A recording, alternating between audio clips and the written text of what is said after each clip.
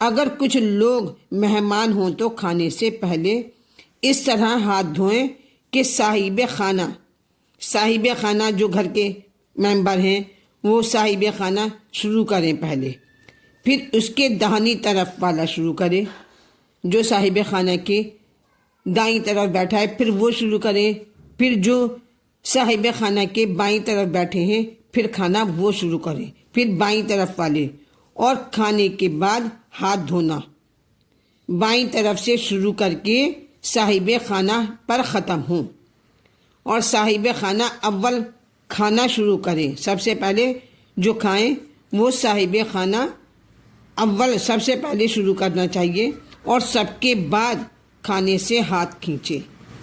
سب سے پہلے صاحب کھانا کھانا شروع کریں اور سب سے کے بعد میں کھانے سے ہاتھ کھینچے، جس سے جو دسترخوان پہ بیٹھے ہیں وہ لوگ بیچ میں نہ اڑ جائیں۔ دیکھیں کہ جب صاحب خانہ ہی کھڑے ہو گئے ہیں تو وہ لوگ بیچ میں سے وہ بھی ادھورا پیٹ اٹھ جاتے ہیں، تو اس لیے صاحب خانہ کو چاہیے کہ وہ سب کے بعد کھانے سے ہاتھ کھینچے۔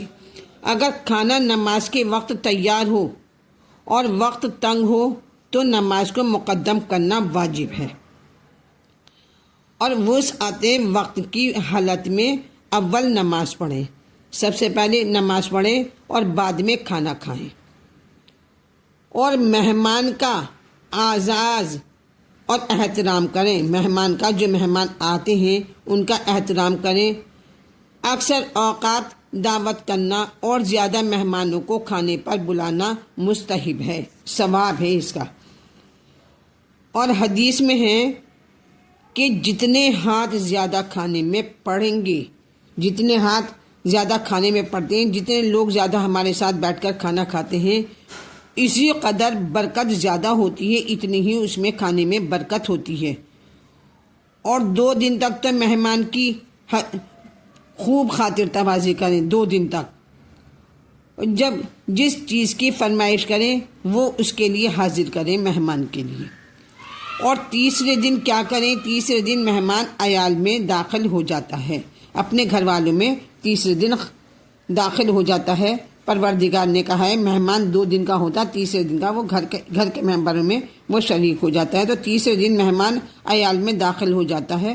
اور مہمان کے ساتھ خود بیٹھ کر کھانا کھائیں۔ جب روٹی آ جائے تو دوسری چیز کا انتظار نہیں کریں، روٹی سے ہی شروع کر دیں، اور کھانا شروع کر دیں روٹی سے ہی۔ رات کا کھانا ترک نہ کریں، کبھی نہیں چھوڑیں رات کا کھانا، اور خصوصاً ہفتہ اور اتوار کی رات کو، کیونکہ اس سے ایک ایسی قوت زائل ہو جاتی ہے۔ اگر آپ ہفتے اور اتوار کو کھانا نہیں کھائیں گے تو اس سے ایک ایسی کمزوری آ جاتی ہے جو 40 دن تک نہیں لوٹتی ہے۔ تو بغیر کچھ کھائے پیے باہر نہ جائیں کبھی بھی۔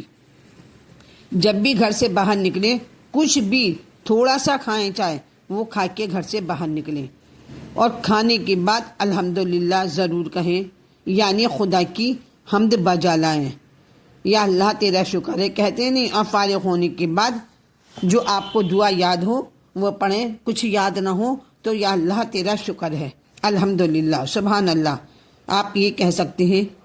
اور اگر ضعف مادہ کی شکایت ہے، کوئی بیماری ہے مادے کی شکایت ہو تو کھانے کے بعد پیٹ پر ہاتھ پھیریں اور یہ دعا پڑھیں۔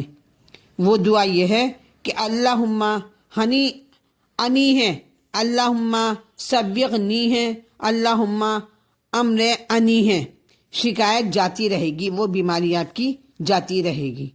اور کھانے کے بعد چت لیٹیں، سیدھا لیٹیں بالکل، اور داہنے پاؤں کو بائیں پاؤں پر رکھیں، اور کھانے کے بعد پانی اس طرح پئیں، کھانے کے بعد پانی پئیں اس طرح کہ کچھ پی کر منہ ہٹا لیں اور الحمدللہ کہیں، پھر پئیں اور منہ ہٹا لیں، پھر الحمدللہ کہیں دوسری بار میں۔ پہلی بار میں الحمدللہ،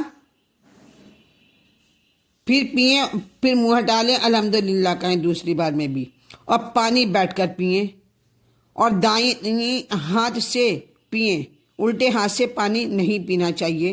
اور پانی پیتے وقت حضرت امام حسین علیہ السلام اور ان کے اہل بیت اور ان کے اصحاب پر صلوات بھیجیں اور ان کے قاتلوں پر لعنت کریں، اس کا بے حد ثواب ہے، بے حد ثواب و اجر ہے اس کا۔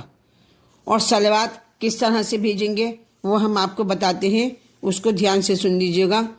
کچھ بھی یاد نہیں ہو تو امام حسین کا پیاس کو ان کی یاد کر لیں، اگر کچھ بھی یاد نہیں آئے تو، نہیں تو یہ دعا ہے جو ہم آپ کو بتا رہے ہیں، صلوات اللہ علی الحسین و اہل بیتہ و اصحابہ و لعنت اللہ علی قتلۃ الحسین و اعدائہ۔ اور جو بھی میرا بھی لوگ دیکھ رہے ہیں وہ میرے چینل کو لائک کریں، سبسکرائب کریں، شیئر کریں۔